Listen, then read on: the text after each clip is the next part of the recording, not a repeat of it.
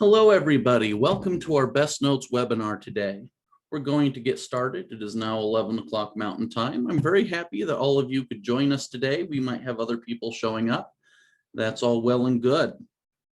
We want everyone to be able to use Best Notes to their fullest capacity. Best Notes is very customizable to your individual needs, and many specialized components can be used. This webinar, however, is focused on the basic everyday usage of Best Notes. We want to ensure that you know what basic tools are at your disposal and how to use them to maximize efficiency day by day.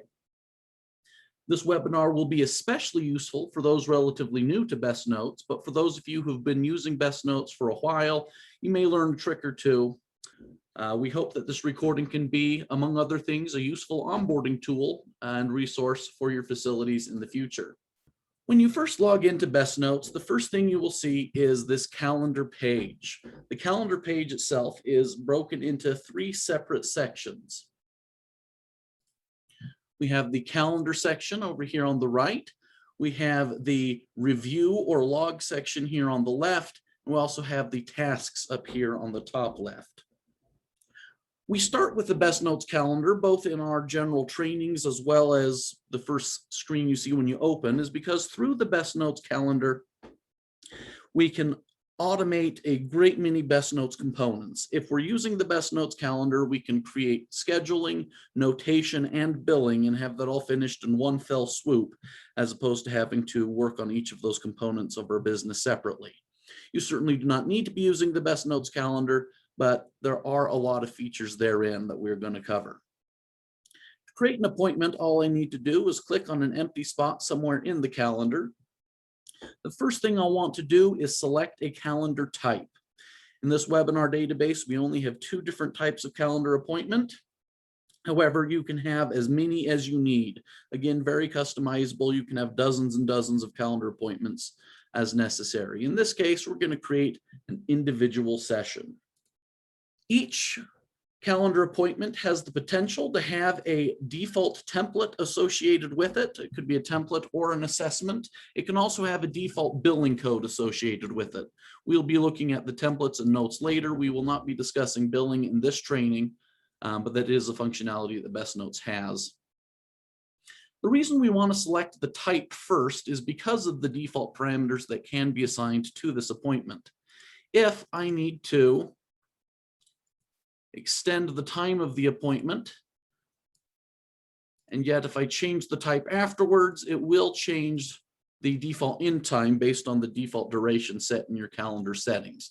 So it's a good idea to set the type first. The subject is an optional field. If the subject is left blank, then whoever the first contact is in our contacts list will show up as the subject name instead. As you just saw, we can add contacts simply by typing in their name here in the contact search field. As soon as we have 3 letters or more, it will bring up search results that we can add. We also have the ability to add users. Users are users of Best Notes. They're going to be your coworkers and other people that can log into your database. By default, when I create an appointment on my calendar, I'm logged in right now as Joe Regular. It will default me as the regular provider or as the provider for this appointment. If I have permissions to do so, I can certainly change that. And if I don't want to change the provider, but I do want to add other people to this meeting, or in other words, add this meeting to other people's calendars, I can add them through the users section here. The recurrence tab is basically what it says it is. It's a way to have appointments and appointment types occur in a regularly scheduled form. We can choose several different methods of repeating, weekly, daily, monthly, as you would like. Unfortunately, all good things must come to an end. So in order for the recurrence to populate, we will need to end after a certain amount of occurrences in the series or on a specific date. One nice thing about the BestNotes calendar is it will immediately tell you what appointments are coming up, and we can decide right now to not hold one. I don't need to go and reschedule later. If there are any conflicting appointments, you will have the option of choosing which appointment you will attend, or you will also have the option on the right side here to overlap the appointments. Perhaps one of the appointments is a reminder that it's National Secretary's Day. That is fantastic. We can still see our clients. We will overlap. The notes section here is not for your clinical notes. We will be looking into clinical notes later in this webinar. This is specific for your training, or sorry, specific for your appointment, which can be a training or it can be all sorts of other things, in this case, an individual session. This is not where we're going to put PHI. This is not where we're going to be putting in their clinical notes. This is, however, a great place to put in contact information,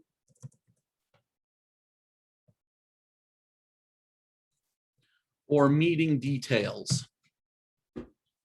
We also have the ability to adjust the ledger, but we are not going to be going through that in this training. If you have any questions about things I mentioned that we are not going to cover in this webinar, please feel free to reach out to us. We'll be pushing our phone number a little bit later. Once an appointment is saved, it will show up on the calendar. We can open it up again, and we notice that we have several buttons over here on the right that are now clickable. We also notice that we have several symbols next to our contact list over here. A good rule of thumb in BestNotes is if there's not an explicit label on it already, if you hover your mouse over it, it will give you a tooltip telling you what that icon is for. In this case, we have the star for confirming a contact, we have cancel appointment, and we have no show. We might notice that we have those same options over here on the right. The difference is if I use these buttons on the right, I am applying this status to everyone in the appointment.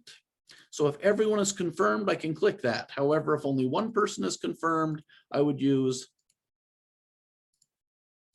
these buttons over by the client's chart, or their names. Because I am logged in as myself, looking at my calendar, when I check in the appointment, it will also begin the appointment. If, however, I'm looking at someone else's calendar, maybe I'm working at the front desk or something, and I'm looking at a provider's calendar, if I hit check in, it will not begin the appointment. Instead, it will send a notification to SlimMic Administrator in this case that their clients are ready. The provider would come get the clients, and then they would hit the begin appointment button on their BestNotes. But since I'm logged in as Joe Regular, looking at Joe Regular's calendar, checking in will also begin the appointment. We notice as soon as I check in, the note that was associated with this appointment type automatically populates. We'll go more into notation later, but again, if we use the calendar, we can have the notes show up automatically. We can start working on it then and there as we're with the client, whatever fits your workflow. We notice that we have a little star or a little play button icon on the calendar appointment indicating that it is currently active and running. When we are done with the appointment, we will want to check out. That will help our report so you can check attendance and compliance. It also, if you're using our billing, you need to check out before the ledger code will apply to the client's charts. We also have the ability to view other people's calendars. Clicking on this calendar with the plus button up in the top right, we can view other people or other groups of users in BestNotes as long as we have permissions to do so. We have two different views. We have column view, which stacks everyone's calendar right next to each other. We also have overlay view, which stacks them all on top of each other. Notice that my calendar appointments for my calendar are slightly more opaque than the more transparent calendar appointment for SlimMic Administrator. To go back to our default view, we can either unclick everything we clicked or more easily hit Reset Calendar View. We have the ability to change time zones. For most of us, that's not going to be particularly important, but for some of our larger companies or those that service people from large areas, it can be very helpful to schedule that way. If you are not currently on your default time zone as specified by your user settings that your system administrator set up, it will give us this red hue to indicate that we are not scheduling for our native time zone. We have a couple different date pickers or way to navigate the calendar. We of course have these arrows over here. We have a calendar in the bottom left that we can use. We also have a date picker hidden under the date here on BestNotes itself.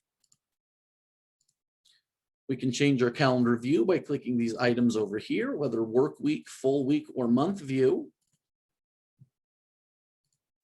And we also have this ellipses over here with a couple different options available. We can print our current calendar agenda view. In essence, if I'm looking at a day schedule for 2 people, that is what we'll print, the daily schedule for 2 people. If I'm just looking at my calendar on the week view, it will print my schedule for the week. By default, you see canceled and rescheduled appointments.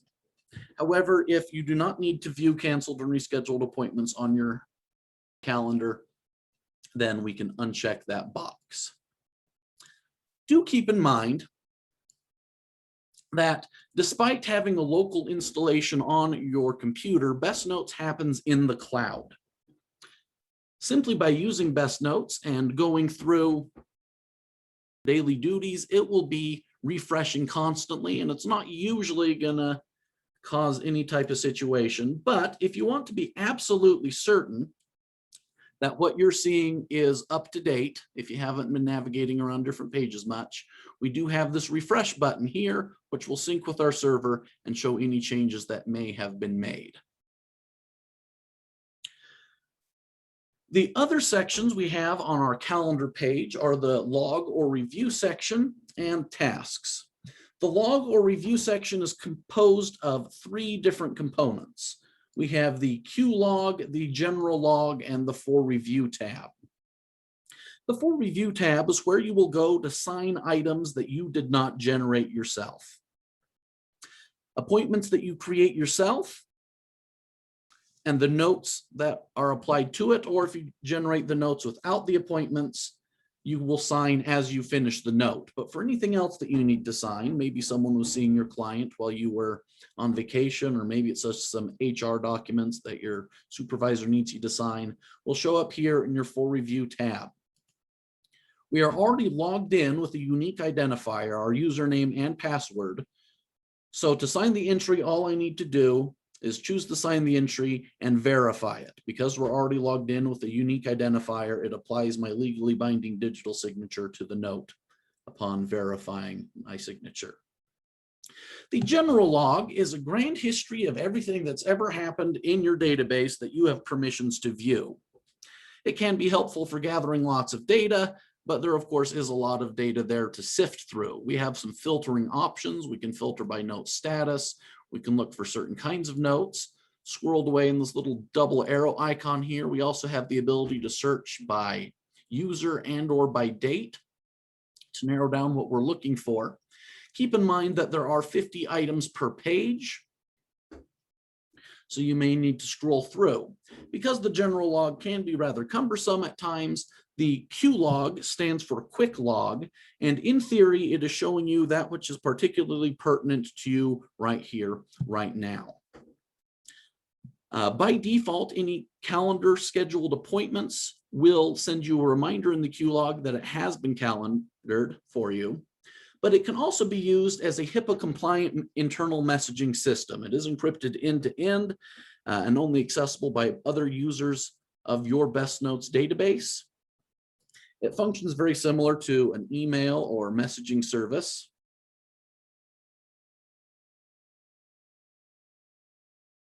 But not only can we send a message one to another in an encrypted HIPAA compliant manner, we can also log entries to a client's chart. so that communications can also be logged to appropriate contacts. It can save us time from having to reinvent the wheel in essence. We also have the tasks tab. The tasks is kind of a love it or hate it situation I found. For some people, they live and breathe by it. It can really help you keep track of what you need to do.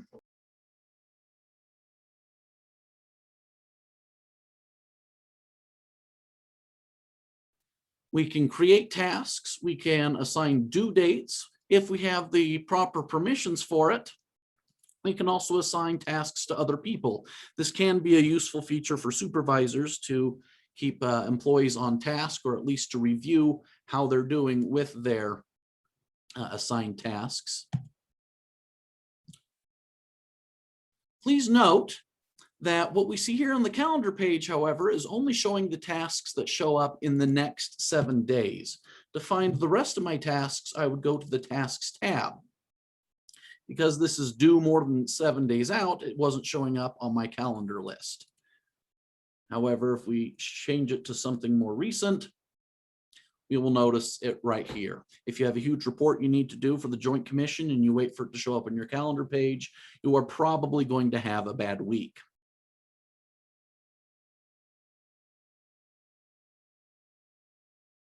If you're in the camp that doesn't want to use the tasks, it's just something else cluttering up your screen, we can at least get rid of the clutter by minimizing it there. Let's go to a client's chart. Under the Contacts tab, we have the list of every contact in your database, at least the ones you have permission to see. BestNotes permissions can be very granularly applied, so that we can be very specific in what people can or cannot see. Again, HIPAA requires least required access to do your job. This list is usually going to be much, much larger than what I have here. As such, we have filtering options. We can look by name. We can filter by first or last name. I can look by tags or contact types. However, usually instead of going to the master list, we will just want to use our little search bar up here on the top left. Again, as soon as we type in 3 letters or more, it will start searching. You may notice that we have on the master contact list some white and yellow highlights. You might also notice that on our search bar, we have some red and black dots. Those indicate the exact same thing. A red dot or a yellow highlight indicates that this is a client or a student or whatever terminology you would prefer. Indicates you have med clinical data for them, that you have some PHI or will have PHI. Could be a past, a present, or a future client, but that's what the yellow highlight or red dot signifies. The white highlight or black dots would be any other type of contact, whether it's an individual, a business, a school, a program. It could be us here at BestNotes. It could be a parole officer. It could be your janitor. Any contact that is not a client will be a black dot or a white highlight. We, in essence, found that white and yellow dots were invisible, and of course, black and red highlights were impossible, hence the color schemes, but they do the same thing. Speaking of doing the same thing, by clicking on a name, whether through the search results or from the master contact list, it will open up the client's chart. If you are not finding a client that you are certain should be there in your search results, we can click on this little blue arrow here and change what we are searching for. So if, for example, you didn't have the last name selected, then typing in DOE would not help me, but I could find him via John. The client's chart is separated again into 3 sections. We have the demographics area up on top. We have the activity log over here on the right, and we have the miscellaneous tabs over here on the left. The demographics section can be edited by clicking on their name in the top left corner. It will pull up the edit contact details screen. Depending on the type of contact, it will have different questions. As John Doe here is a client, it will have the most data I can put in. If he was some other type of contact, it would require less information. I say require, however, in order to save a contact, all you really need to have is the first name, the last name, and an access tag. All other information can be entered later, if at all. A couple things to be aware of here. If your company is not using nor care to use the lives with, group, mail label, school, or grade options, we can repurpose those fields into something more specialized to your needs. Feel free to contact us if you need that to happen. We are also able for you to add new referral types. You can add more religion options if necessary. There are a lot of things we can add for you. A couple things that we can't change directly include race and ethnicity. Those are set to the United States Census standards. If you require more variability in that, please contact us and we can help you with different options we can build into your notes for you. We notice on the demographics area that I have the ability to add people to lists. The My List corresponds to the My button over here. If there's someone I want to go to quickly, I don't want to have to keep typing in their name, I can add it to the My List. In conjunction with that, we can also add people to quick lists. Quick lists can be labeled. We have 1 through 7. Those correspond with the buttons 1 through 7 over here. Note that quick lists are universal, whereas only Joe Regular Sign In will have his My List because that's specific to him. Everyone that clicks on Quick List 1 will have the same clients there, assuming they have permission to view that client in particular anyway. But it can be a good way of categorizing and quickly accessing records if used properly. The miscellaneous tabs here on the left will, by default in your database, start with the Contacts tab. Your system administrator can change that to start with one of these other tabs by default, but normally it is going to be the Contacts tab. The Contacts tab is where we keep information for all sorts of related contacts. It is where we will keep track of who is the parental guardian or spouse or parole officer. We can put in people's referrers or referrals in here, which can feed into many of our reports. In order to add a contact, all we'll need to do is use this search bar over here. We can type in their name. If they're already in the BestNotes system, I would just select them from the drop-down, or I could create a new contact record and have it relate to them that way. When creating or editing a relationship, we first off have this fairly comprehensive drop-down, but do keep in mind it is also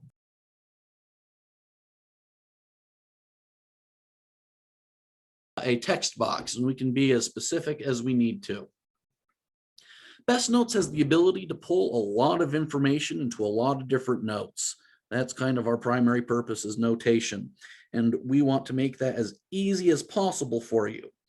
If, for example, you want to pull in either into a note or into a report emergency contact numbers and information, we can certainly do that, but we will need to be told who the emergency contact is or who the parent guardian is or so on and so forth. We can edit a contact relationship by clicking on the button with the two little people by each other under the Contacts tab. The Episodes tab contains 3 components. It contains episodes, it contains programs or levels of care, and it also is a place where you'll put in payers. We're not going to cover these in depth right now, but the reason why you might want to use episodes is, in essence, to create a separate treatment episode and a separate contact record for the same person. In essence, if someone leaves, maybe they finished their program and then relapse later, maybe they moved away and then moved back. But if someone leaves and they come back and suddenly their chart, which has been dormant for years, suddenly has new notes attached to it, for many auditors and accrediting bodies, that can indicate a lack of continuity of care. We recommend instead creating a new episode, which will create a linked contact John Doe case 2 in essence, that I can pull information from, but still keep it as a discrete separate record, which will help reporting and auditing purposes. If you have any need to be using that functionality, please feel free to reach out to us. We'll be happy to walk you through that. But we're not going to spend time on that right now. We can also track, if we have permissions for it, levels of care or programs that can feed into different reports as well. It is certainly not required. As mentioned before, BestNotes can pull in all sorts of data from all sorts of places into your notes and into your reports. It's very robust.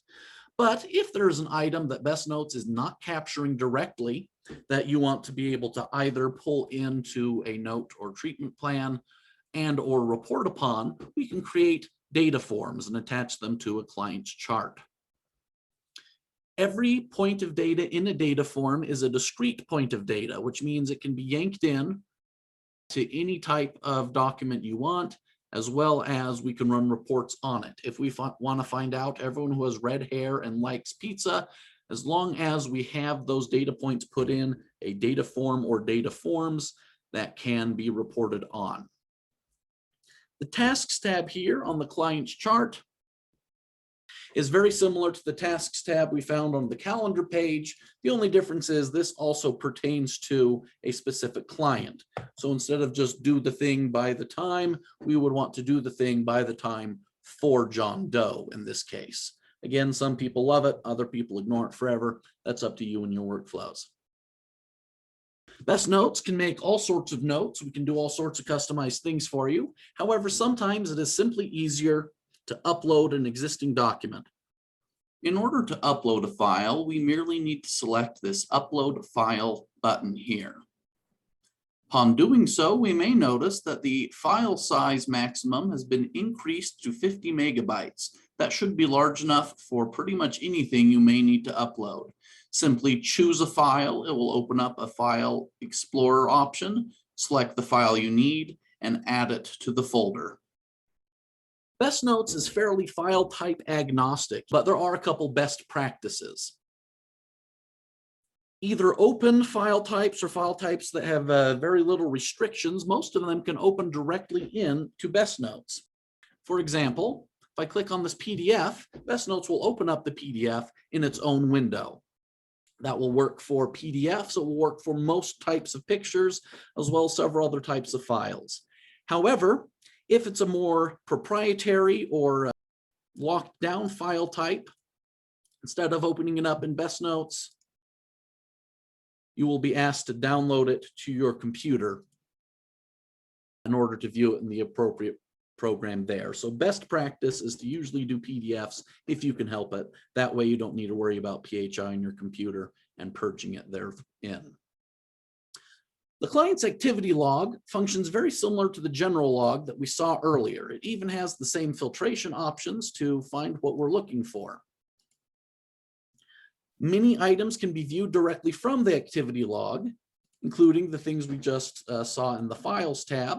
Everything that has ever happened for this client that you have permission to view will be found in the activity log. We can create new notes from the activity log as well. Again, the recommended workflow is that you create notes from the calendar appointments. However, if you are using another calendaring solution or don't need to use that for some reason, then we can certainly create a new note from the client's chart directly. When we first hit new note, we'll have a kind of a blank sticky note type situation. Usually we will want to be going to a template note of some sort.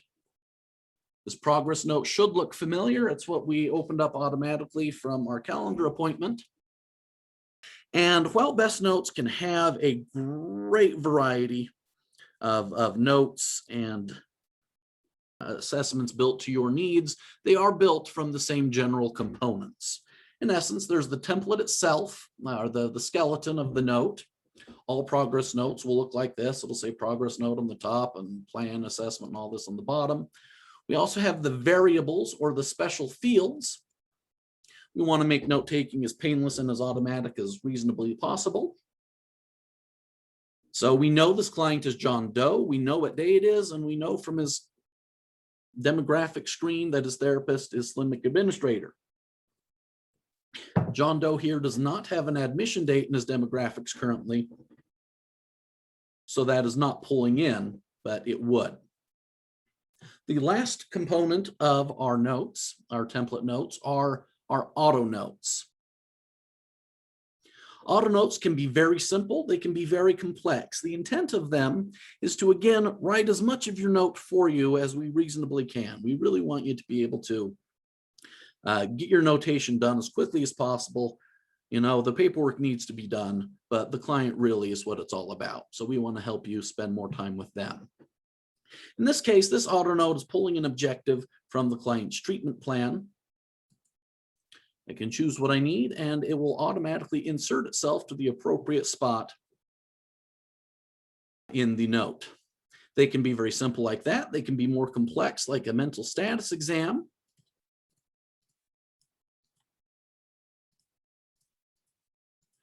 And simply by making a couple clicks, I have written a big portion of this note. Again, we can make auto notes as simple as complex as you need. If you are interested in learning how to build your own documentation and auto notes, you can certainly view our previously done documentation webinar on our YouTube channel, or certainly reach out to us and we're happy to help you. We also have a couple other tools to help write your notes a little easier. We have the history tab here. We should be a little wary of it. With great power comes great responsibility, and this page has great power. But if in essence there really has not been a substantial change since the last time I've seen John Doe, I can go in here to a previous note in the history tab and simply select something, and it will populate into the appropriate section in the note. I can leave it that way, or I can add to it as needed, but I can yank that information forward. I also have the ability, if literally nothing has changed, to clone the entire note. Do keep in mind, however, if we do that, we will want to make sure that everything is accurate and that we change the date of the session if that was previously there, because we notice that it completely clones the note. We also have a tab to our data forms here. These are the exact same data forms we saw in our miscellaneous section. But if we're supposed to be pulling some information from a data form into a note and the information has not been entered, we don't want you to have to close out of the note to go to the data form to jump back over here. We also have a notepad where you can put notes pertaining to the note. It's not a very commonly used feature, but that's something you can do. Note that every time you create a note, we will automatically assume that you need to sign the note. That is most often the case. We see Joe Regular's name here under the signers. We can always add other signers, whether the client or their related contacts. We can also add other users of BestNotes, maybe a supervisor or a coworker or what have us. If someone doesn't need to sign, including yourself, we can just hit the little garbage can to remove the required signature. One habit we're going to want to get into is we're going to try to avoid using, at least in template notes and in group notes, the operating system close buttons, whether it's the Windows X over here or the Mac OS red dot on the left. We don't want to be using those optimally in these notes because that does not always communicate with our server. And again, everything we're doing here needs to go to our cloud servers. These notes here, these template notes, are pure text. They're not active data fields. So unless we hit the save button on occasion, it's not going to reach our servers. So it is a good practice to be in if you're making a long note to occasionally hit the save button. That way, if your computer catches on fire or you get abducted by aliens or whatever, when you come home, you'll be able to log into another computer or the same one and continue where you left off. Otherwise, the note can be lost if an internet connection dies or some other thing happens. We also have the save and close button. That is basically saying I'm not done with this note. I need to come back and do further polish or type in the last bit of stuff. But right now I need to be doing something else. We're going to close out of it, but we'll be able to come back in later and edit it. The close button here is just to close it out, of course, and not save any changes that have been made. Then we have the save and lock button, or if you need to sign it, the save, sign, and lock button. That is how we signify that this note is finished. That is what we will apply our signature to. It's what other people will sign if they're required to. And that's all she wrote. When we click Save, Sign, and Lock, it will give us a little warning. And again, just like the For Review tab, because we are logged in as Joe Regular, looking at Joe Regular's chart that John Doe's chart for that Joe Regular is writing a note for, we assume that Joe Regular knows what he's doing. So having been signed in, all he needs to do is hit OK, and his digital signature will be applied. However, Slim Mick Administrator, that is when it went to his For Review tab for him to sign, and that is the difference there. There will be lots of different kinds of notes that you can look at in your database. You might be privileged enough to be using our profile system. If any of you are interested in that and are not using that, that is a set of pre-built documentation specifically for accreditation bodies and state and local laws. It can be a very good way to optimize your workflow as well. If you have any questions about our addiction treatment or mental health profiles, please reach out to us. We'll be happy to talk with you about that. We also have on the client's chart the Med Clinical tab. In here, we can find assessments and treatment plans, assuming you have permissions to see them. Assessments differ from clinical notes in the sense that they are living documents. Simply by going through this assessment,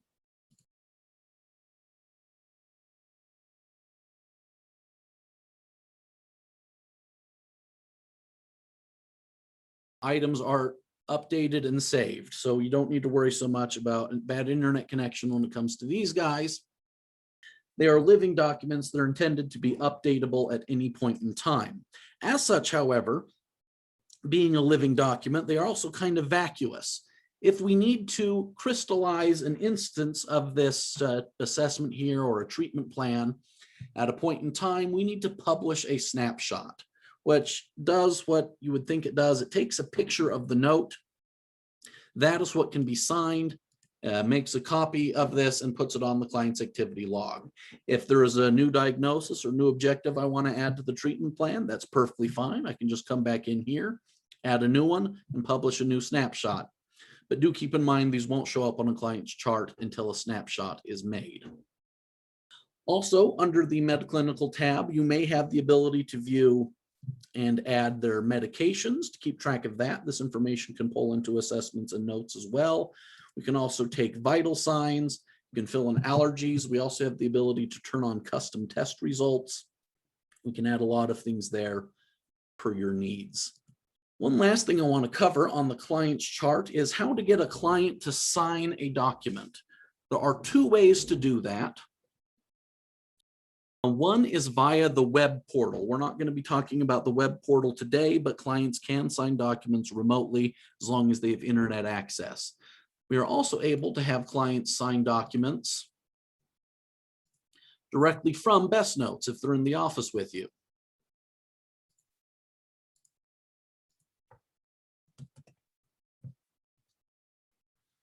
For a note to be signed, again, it does need to be locked. And we will notice that it says John's signature required right here. We can add John's required signature. We could add his mom's required signature or his parole officer or any related contact, either besides John or in addition to him. For him to sign while in the office with you, he will need to have a 4-digit PIN. If you have permissions to help him set that up, it will be this icon up here on the top left, a little E with a pen by it.